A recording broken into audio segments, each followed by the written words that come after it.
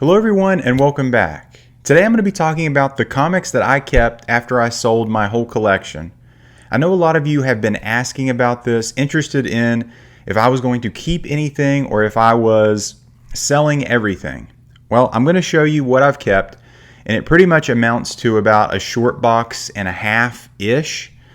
There are still some things that haven't sold. I have around 4 short boxes total left. So I'm going to make another video about the things that just did not sell. But before I show these books, just a couple life updates about me. We had the baby brother. He's healthy, things are good, 10.5-pound boy, big old boy. So we're happy, he's happy, and that's all been great. Also, with the sales, so I just really want to say thank you to everybody that bought something, because there were a lot of people that reached out and bought something that I have never seen in the comment sections or I had never talked to, and there were a lot of people that I had talked to quite a bit. I definitely can see how being like in sales and doing that is a very rewarding thing, not only from the financial aspect, but the communication and contact with people, because 99.9% of my interactions with people were extremely friendly. Everything was very smooth.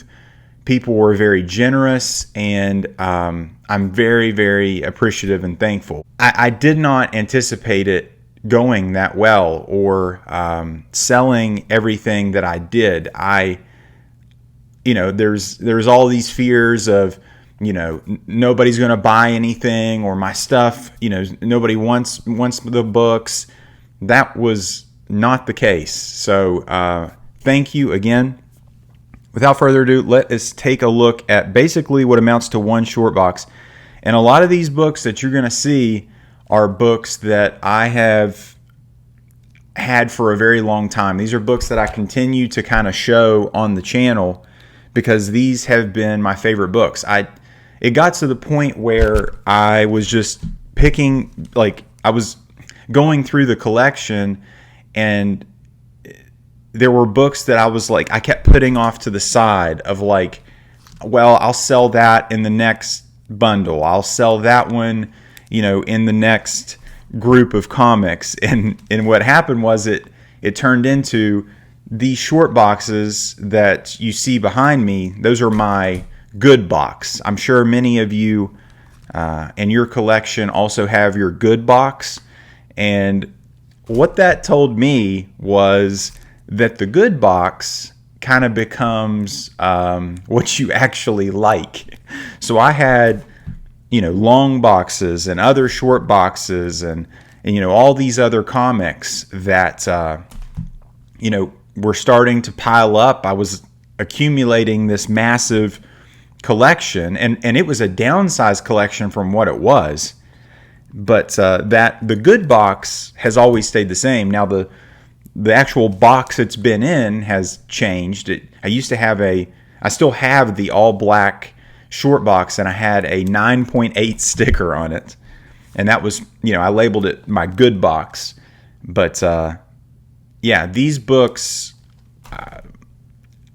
I would get them out, and I'm like, okay, now I'm gonna sell these next, and then it would get put off. I'd be like, well, let me sell the Incredible Hulk stuff. And then I'd get them out again, and I'm like, well, let me do the Fantastic Four stuff.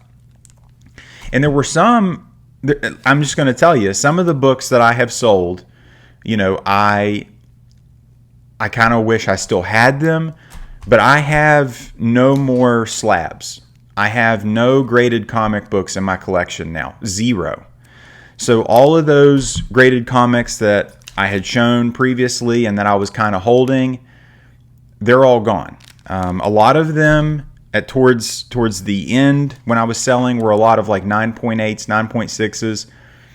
But when it came down to seeing, how much money that I had made from the selling, a lot of those books ended up being, the kind of the bread and butter. And because they were big books. I mean, there was Invincible #1. It was Walking Dead #1. It was ASM 129. It was, Ultimate Fallout 4 9.8. It was Ice Cream Man 9.8. It was Saga 9.8. Like, a lot of those books are worth several $100s, and then you get up into the thousands.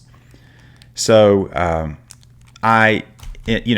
for my plan to work and for me to achieve the kind of level of selling that I wanted, I had to sell some of that stuff. And as you're seeing here, what I'm showing, these are silver, bronze, modern, copper key issues. I mean, these are the first appearance books. And a lot of these, I can remember buying them. I can remember the situation that I bought them. And a lot of the other stuff that I had, this is a funny book. This is the one that the guy had claimed. And I'm so glad when he didn't claim it, because I like this book. I want to keep that book. But, a lot of these books are books that I remember buying. Now, some of you, if you followed the channel for a while, may realize that a lot of these were my graded books. I would say a majority of these were graded. And it dawned on me that a lot of these that I had sent down there to be graded myself, or ones that I had purchased graded, I obviously cared about them a little bit more. I had a little bit more money invested in them. I had a little bit more time invested in them. The experience of buying and then the experience of sending them down there, was all quite kind of memorable. So there's a few books here that I'll get to in a second that are not like high value books. They're books that are very, very memorable because it was something memorable that happened. As far as the selling the books, and I'm going to probably make a separate video talking about this. I have a lot of respect for people that do this hustle to feed their families and to do this. I have been very critical of dealers and flippers and stuff, and I will continue to be, because I think there still is a lot of shady stuff that happens. But these people that have done this for years and years and years, and this is their bread and butter, it's not easy. And to really be good at it, you've got to put the time in. And I'm obviously a noob at it, but I noticed that I got better. I got better at the communication. I got better at talking to people what they want. If somebody bought something previously, it was so crucial for somebody that had never bought anything that their first buying experience from me was smooth, it was easy, and that when they got their item, it was what they wanted, and it was described to the best of my ability, and it got there in as best a condition it could possibly do. So, I kind of got better at that. Now, I have sold, at this point, I have sold thousands and thousands of items.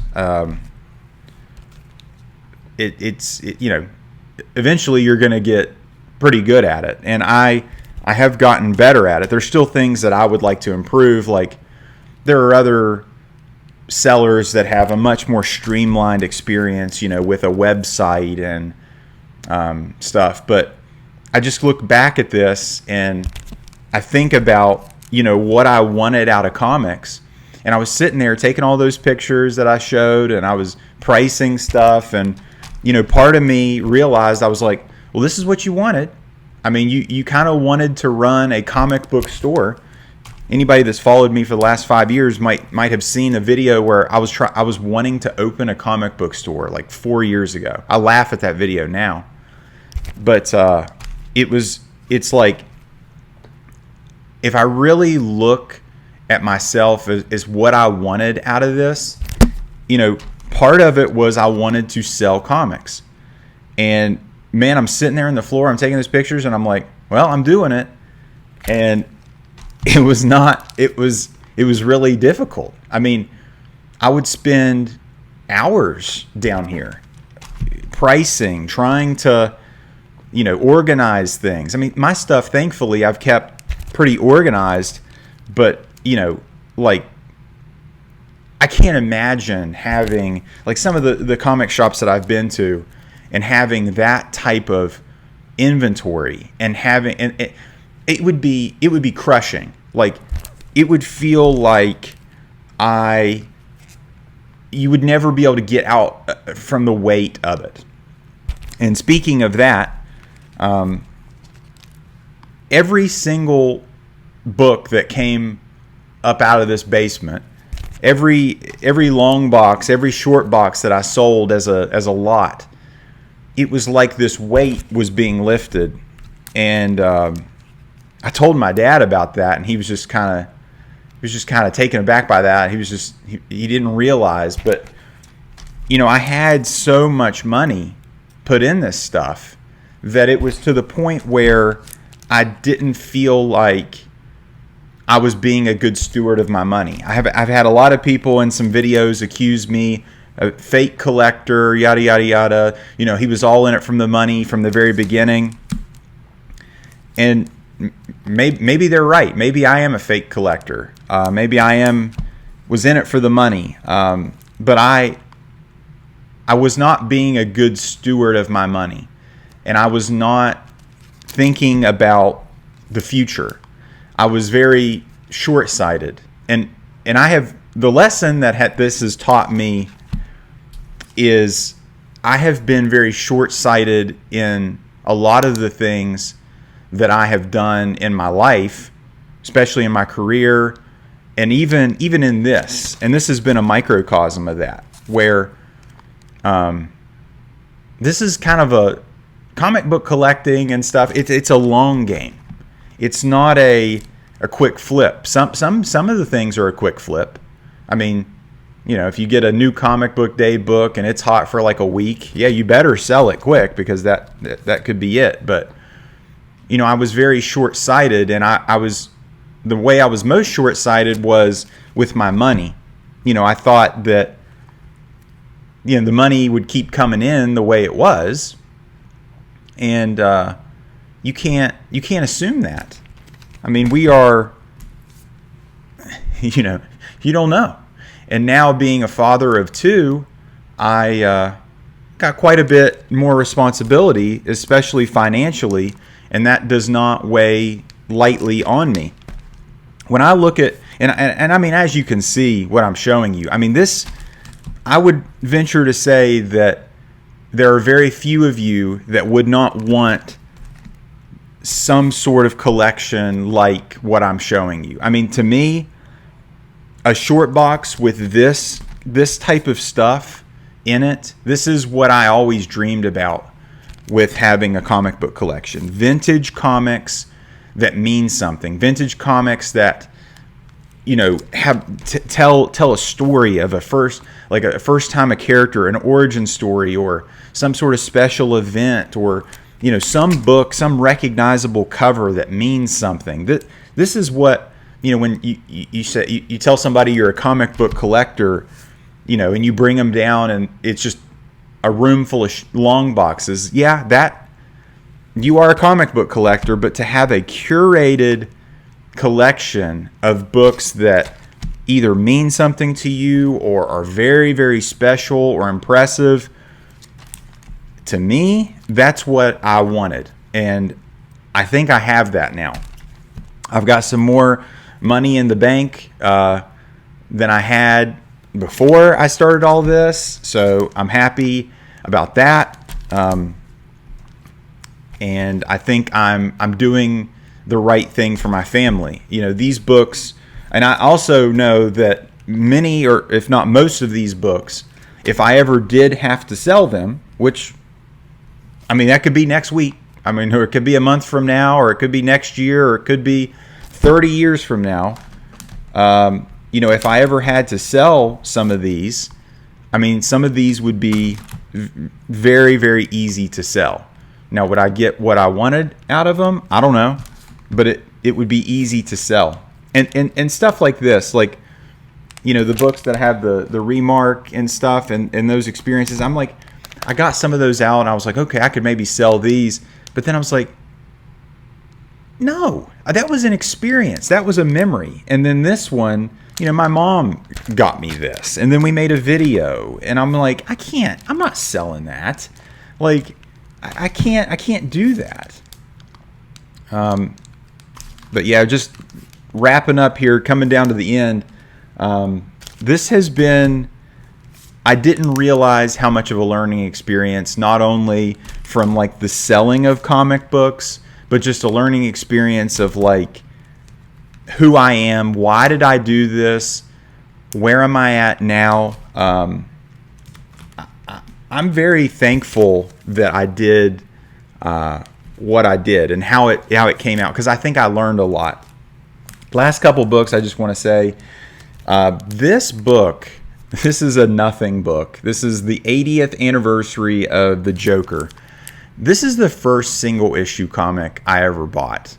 And I can remember going, this was 2020, or was it 2020 or 2019?